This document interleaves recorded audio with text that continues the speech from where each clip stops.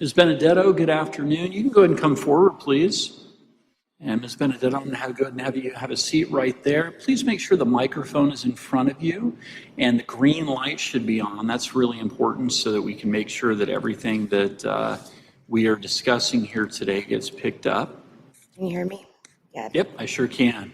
Okay, so we are before the court for a special set 2 o'clock calendar in City of Lakewood versus Gail Ann Benedetto.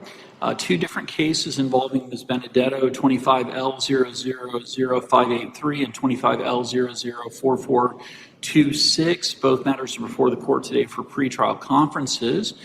By way of procedural history, Ms. Benedetto was last before the court, let's see here, back on September 9th, 2025. At that point in time, Ms. Benedetto made a motion to the court to have her attorney of record from the Horwath law offices, and I believe, if I remember correctly, that was Ms. Arnold, although it was Ms. Capone that was present at that time with Ms. Benedetto.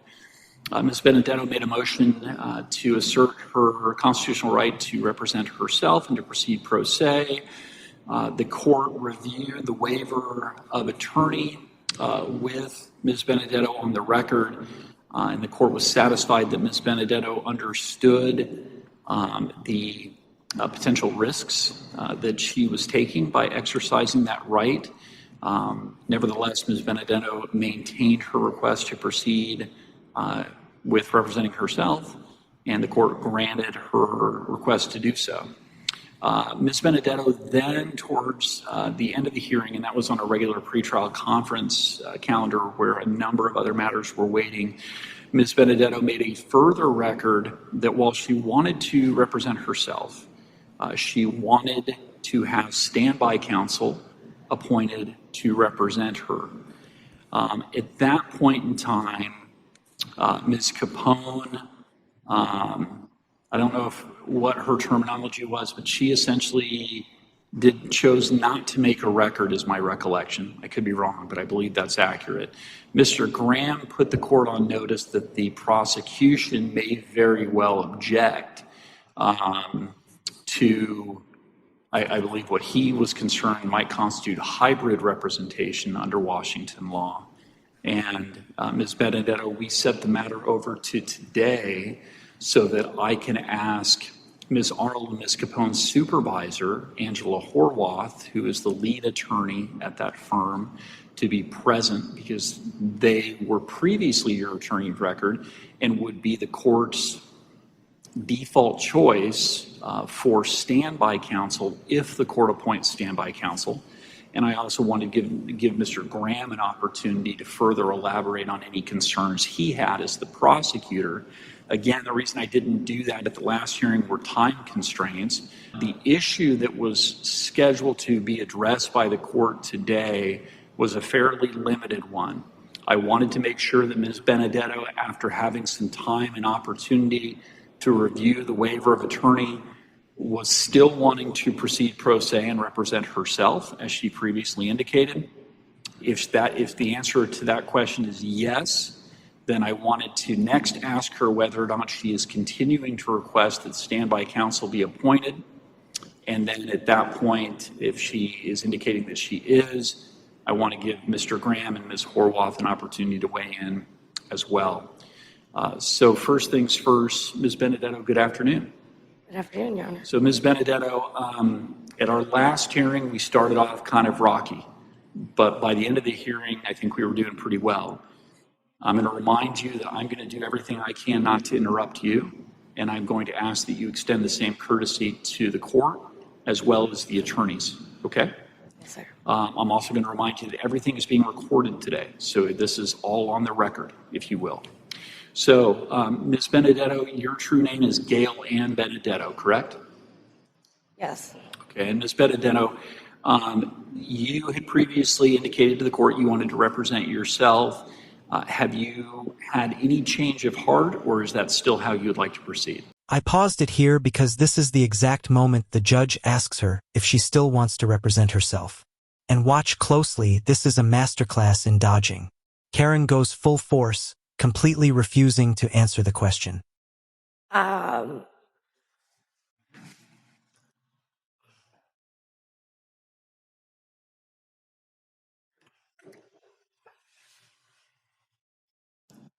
I question how we can proceed because I just feel like I think the term is fatal defects in the process, such as the 48 hours to have the procedural due process, right? Which I was basically forced to push through. So I was denied the right to like question the arresting officers as to like their training or what exactly did Mr. Graham, under a penalty of perjury, say that he feels he has sufficient evidence beyond a reasonable doubt that I've done these things that I'm not actually not guilty of, and in all actuality, I was the actual victim on both of those occasions, and I would ask the court to investigate the address because I'm not the first one. I know of at least another woman before me. Her name was Stephanie. I don't remember her last name, but it's a pattern, and I don't know how deep it goes. But I just want to also put the court on notice that um, I've already been violated by my country to like the betrayal of giving your citizens that you don't have any business arresting, putting them in a tribal jail that's 98% American is not tribal. It's money laundering or whatever you guys want to call it.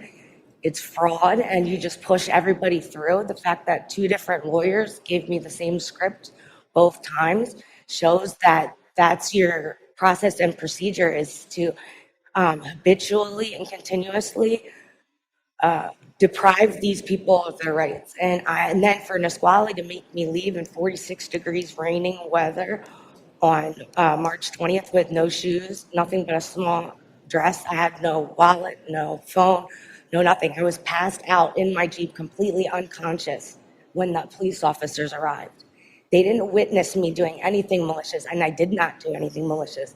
I had no malicious intent, and you will not be able to prove that beyond a reasonable doubt. So for him to lie and say that he has it, and for you to just continuously sign off. And also, I've discovered that a police officer, when he enters the charge with his badge number, automatically signs your auto signature to the warrant, so you don't have any knowledge of the warrant. That an officer is not a judge. I mean, your whole thing is just, it's not going to hold up. And I would just move to a jury. I need my peers. I'm not going to accept fines. I'm not going to accept probation. There's no way we'll come to an agreement. I need my peers to say that you guys. So, Ms. Benedetto, And it's been over 90 days since the malicious intent. I didn't get my 48 hours. I had two public pretenders. So if you continue to work with them as your go-to, uh, you know, defenders, knowing that they're not defending, then it kind of lands on you. so Ms. Benedetto, the issues that I just heard you describing, what you've raised is a number of issues that would be motions, motions to dismiss this case. Hold on, I'll let you finish. Now you let me finish, okay? Yes, sir. I'm not contesting that. I think you do have the right to bring whatever motions that you think are appropriate if you believe your rights were violated. My question for you at this point is, people in criminal cases in this state, in this country, bring motions to dismiss every day. The question that I need you to answer for me is whether or not you want to be assisted by, for being represented by an attorney when you bring those motions or when you seek that relief, or is that something that you want to do representing yourself? Previously, the last time we were here, you said, no, Judge, I want to represent myself. So is that still the case, or are you now thinking that you want to be represented by an attorney? I mean, if you have a competent attorney who is going to do their job like they took an affirmation to do, not Horvath or however you pronounce it, obviously, her law firm has failed me twice, so I shouldn't be obligated, and I'm not obligated to accept any representation, especially from people that don't represent anybody but themselves. So remember that, well, I shouldn't say remember. So under Washington law, if you qualify for representation at public expense, you don't get to choose your lawyer. Right. Now, I have appointed an attorney to represent you previously. You indicated that you did not care for that representation and that you wanted to represent yourself. The other option that you have is to hire your own attorney, and you do have a choice when you hire your own attorney who you hire to represent you, but you obviously have to have the means to hire an attorney. So I can give you time to try and hire an attorney if that's what you want to do, or you can proceed with representing yourself, or you can be represented by a court-appointed attorney, assuming you continue to qualify, but you don't get to pick that attorney, right? That attorney is picked by the court. So you may not like the choice, but that would be how that process would work. So knowing those three options, you can either hire an attorney, you can represent yourself, or you can take a lawyer that I appoint to represent you. Do you know how you want to go forward? I have looked into different avenues, and nobody has so far wanted to, I guess, take on the case. But also, I need at least 14 court days, I believe, per the rules, to actually file the motions. So I wasn't even given enough time, which is why I brought them, because it said that if I didn't file it in the right amount of time, I could submit it for you to, I forget the word, but basically to go over a review in court. But I probably don't have the whole thing exactly perfect, how it's supposed to be heading wise and stuff like that.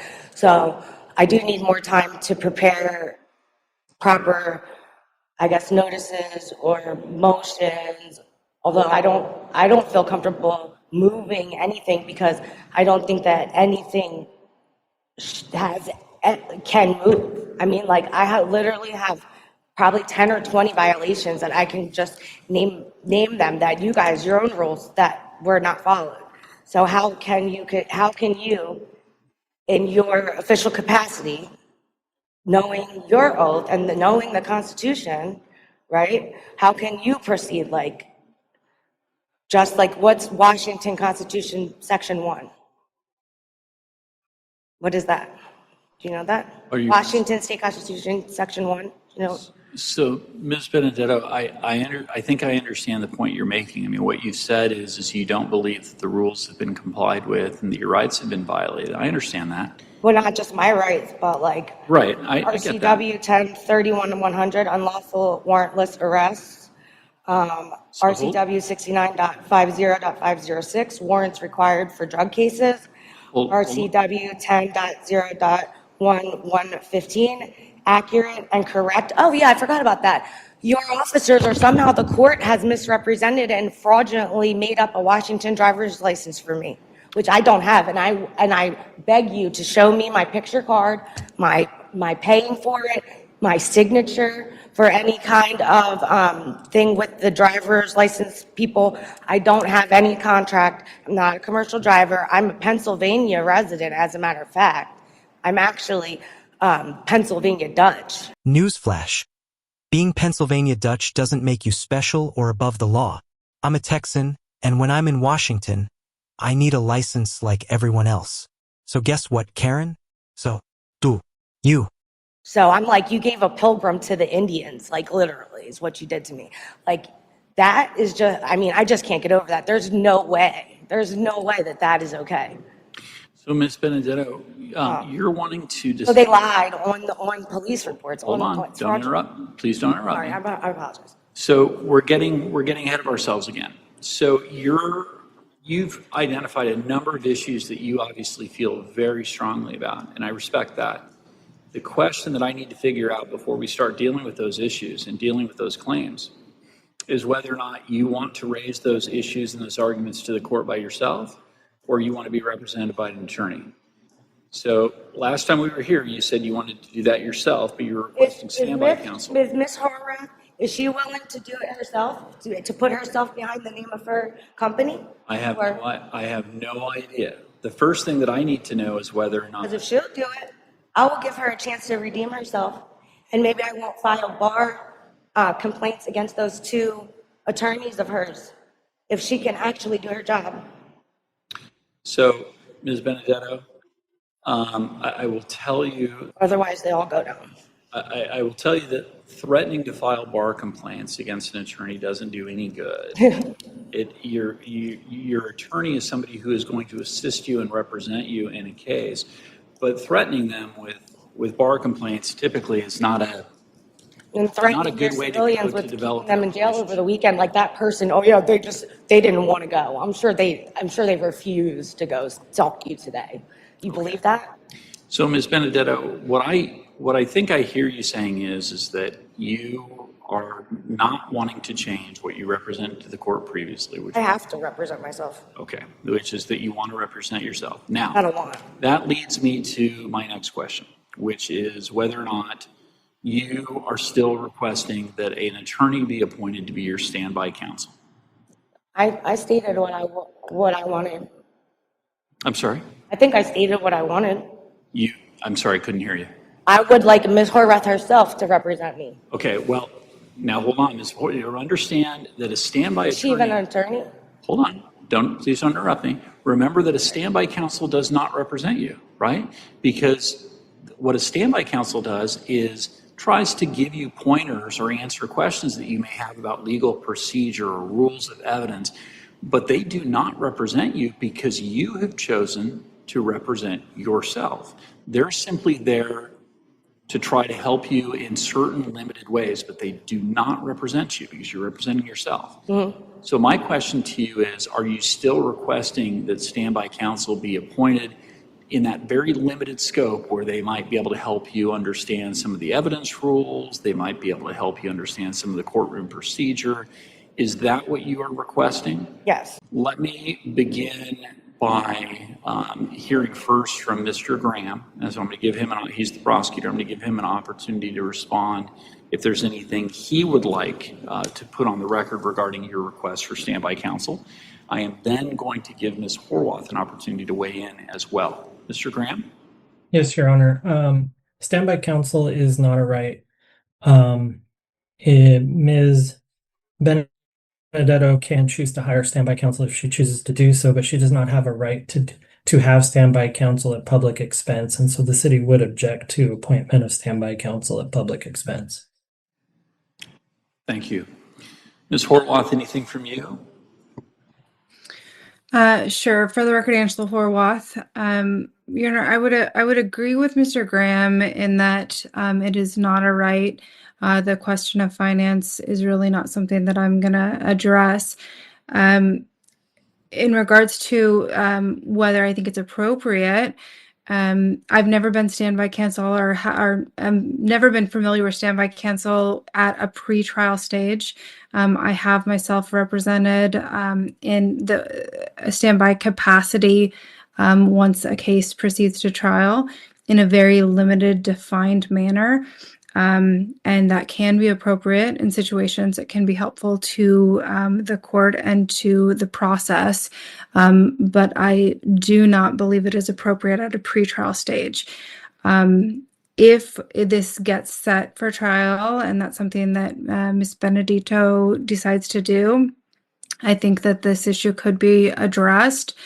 And if the court did appoint our office in a standby capacity, I would want very specific terms. The familiarity that I've had is that the contact is in court only. So there's not email communication, there's not phone communication. That would be reserved for an attorney-client privileged relationship. But rather, we'd be present at essential hearings such as motion hearings, readiness hearing, trial hearing. If Ms. Benedetto had questions about the procedure or the court's ruling, or objections, rules of evidence, that's something that we could provide. It's more akin to like an encyclopedia rather than providing any insight or doing any negotiations, making any suggestions. So I just want to be very clear that that's the only capacity we would feel comfortable doing if the court decided to ultimately have us assist as standby. But again, I don't believe it's appropriate at a pretrial stage. Thank you very much. So the court did have an opportunity to take a look at some fairly recent case law regarding Ms. Benedetto's motion for the court to appoint standby counsel, and the opinion that the court was looking at is a Court of Appeals opinion from 2024, State of Washington versus Bobby Darnell Gwynn. That is GWIN. The citation is 31 Washington App 2D295.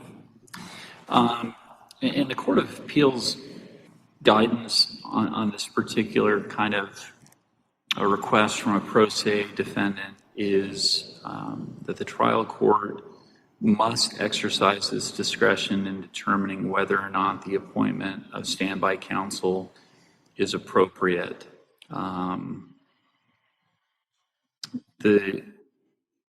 Interestingly, the Court of Appeals has indicated that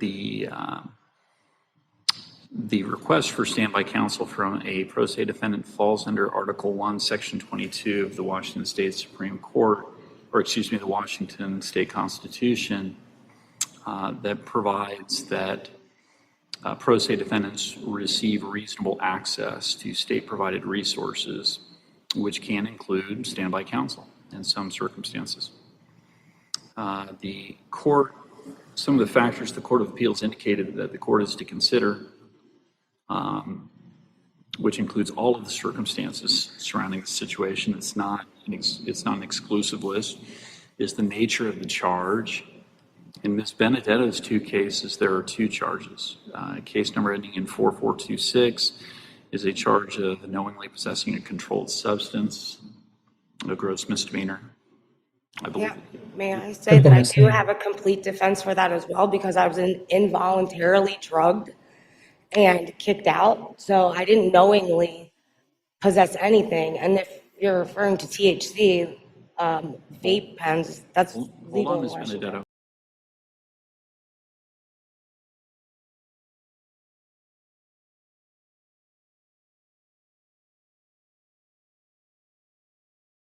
Try not to interrupt me, okay?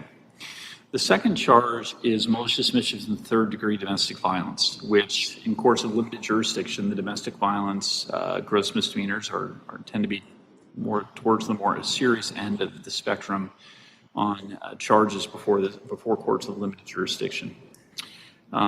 So that's one of the factors the court's supposed to consider. The court's supposed to consider the complexity of the issues involved.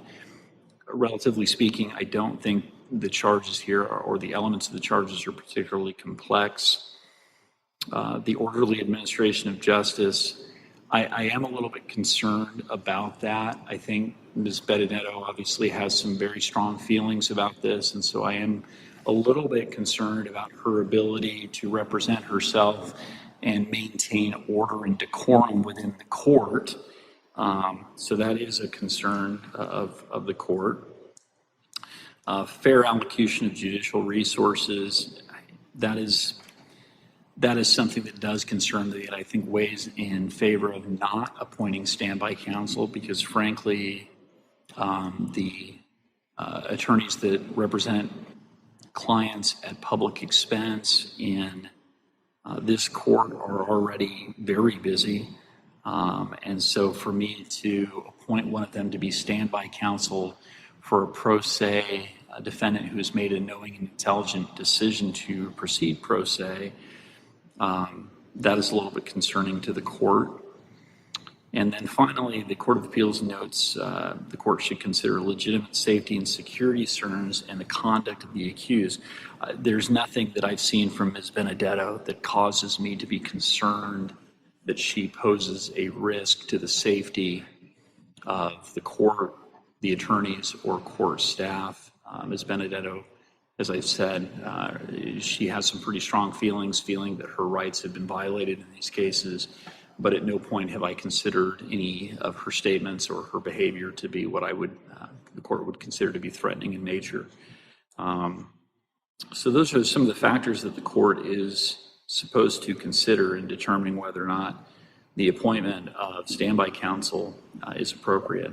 I'm also mindful of the argument that's been made by Ms. Horwath, which is standby counsel really is for the purposes of assisting with understanding procedure and rules of evidence and things like that to assist a pro se defendant in a very limited capacity once it becomes clear the matter is proceeding to trial.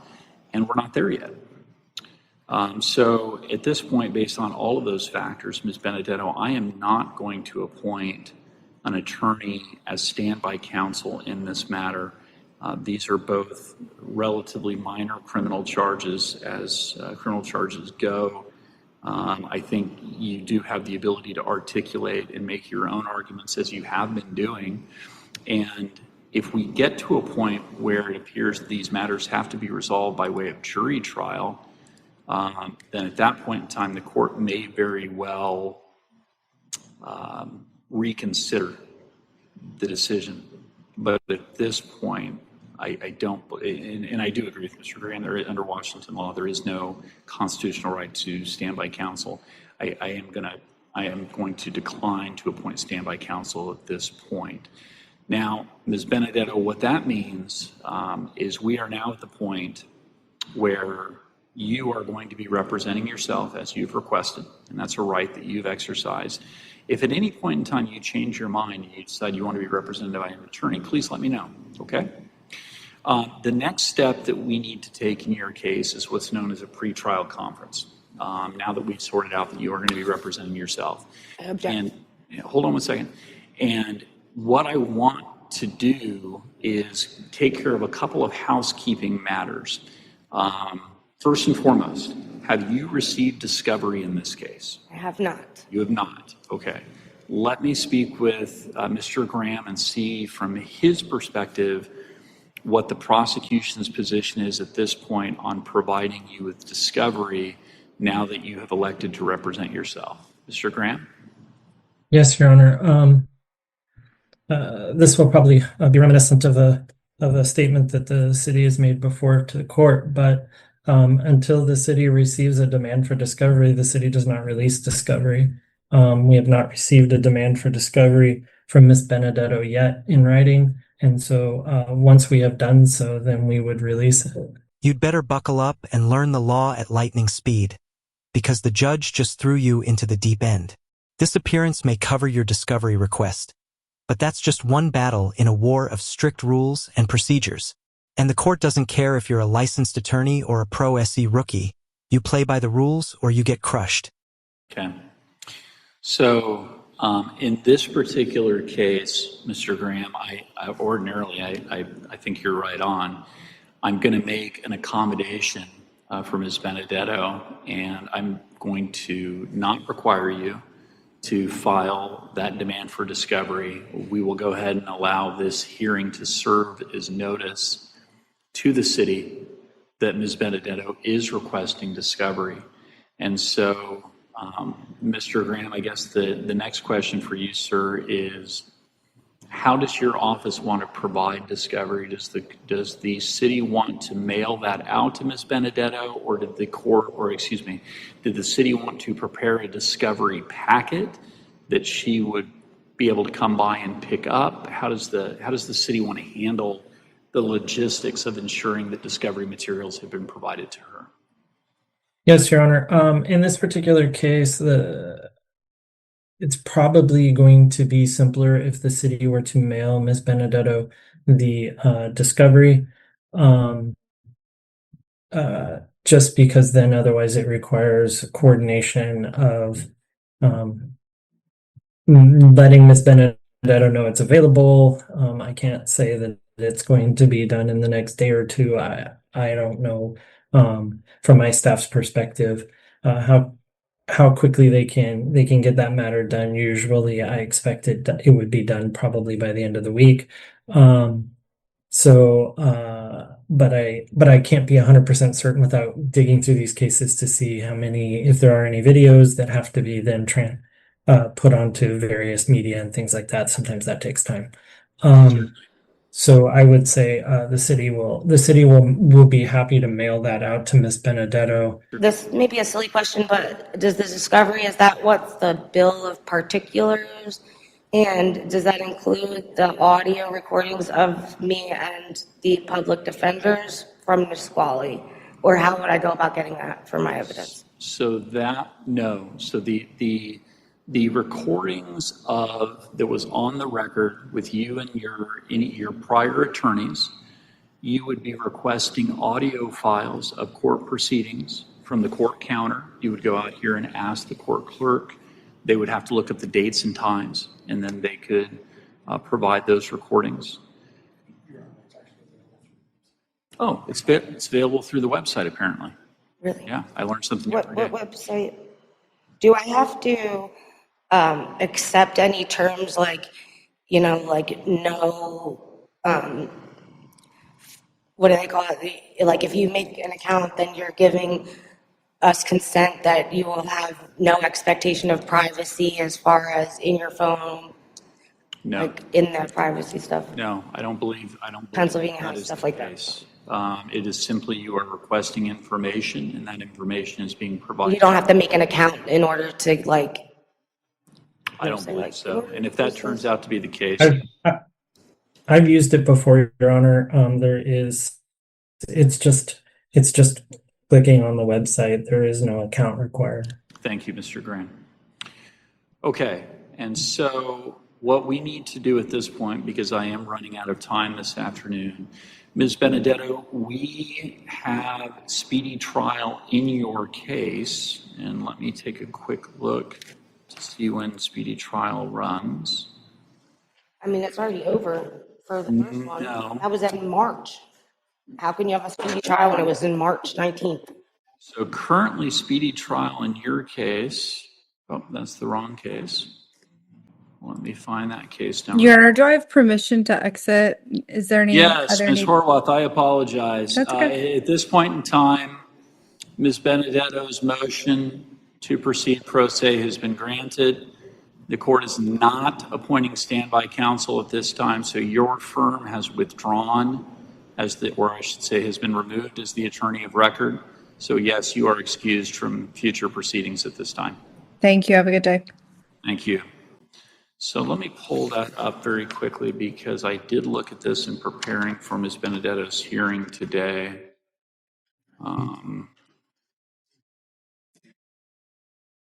Your Honor, my calculation is that the Horwath Law offices were removed on September 9th to allow Ms. Benedetto to represent herself. And so 90 days from September 9th would be December 8th. I think that's Ninth correct. is already way more than 90 days after March 19th. So hold on one minute. And I have a screenshot where it says those charges were cleared, and I paid the $200 for the window, and I didn't need a court to tell me to do that. Ms. Benedetto, what I'm looking at is just the most recent court order, which I believe contained a speedy trial waiver. Yeah, it did. And it set as a commencement date the date that Mr. Graham indicated, because that was the date that you elected to proceed pro se. And so, yeah, so speedy trial currently expires in your case on December 8th, 2025. Now, the reason I bring that up is because... The day before court, it expired. I'm sorry? The day before court, it had expired? No, the speedy trial expiration date is under the court rules. And so it's when you're out of custody, it's 90 days from a commencement date. And so the most recent commencement date is the last time you were in the court and you said, I want to remove my current attorneys and I want to represent myself. Under the court rule, that date was already beyond the threshold, was it not? well, it was ongoing, but that action. It wasn't not ongoing, it was cleared from my understanding. I have Okay, so- screenshots and I I even have an email back to me from Pierce County saying that they didn't have anything, they didn't see anything. So, Ms. Benedetto, I'm just letting you know what it looks like in the court file right now. If you want to challenge speedy trial at a later time, that is a motion that you can bring along with the other motions that you're indicating.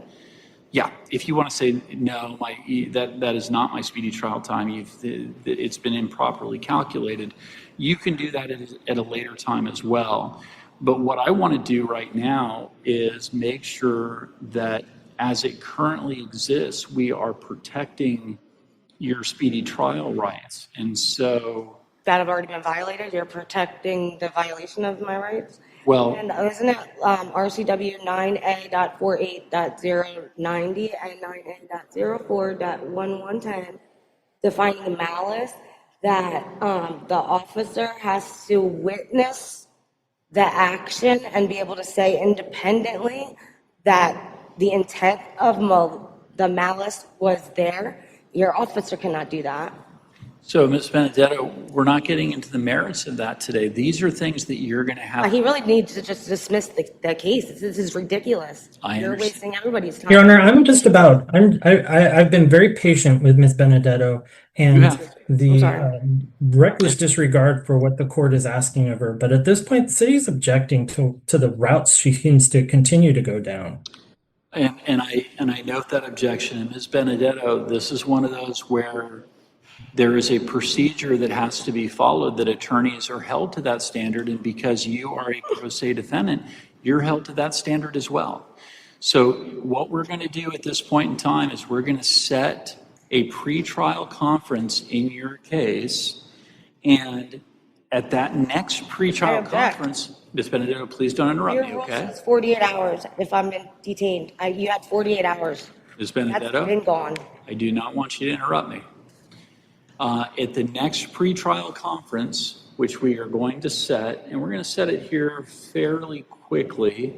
Let's see, today is the 23rd of September. Or no, I'm sorry, today is the 22nd of September.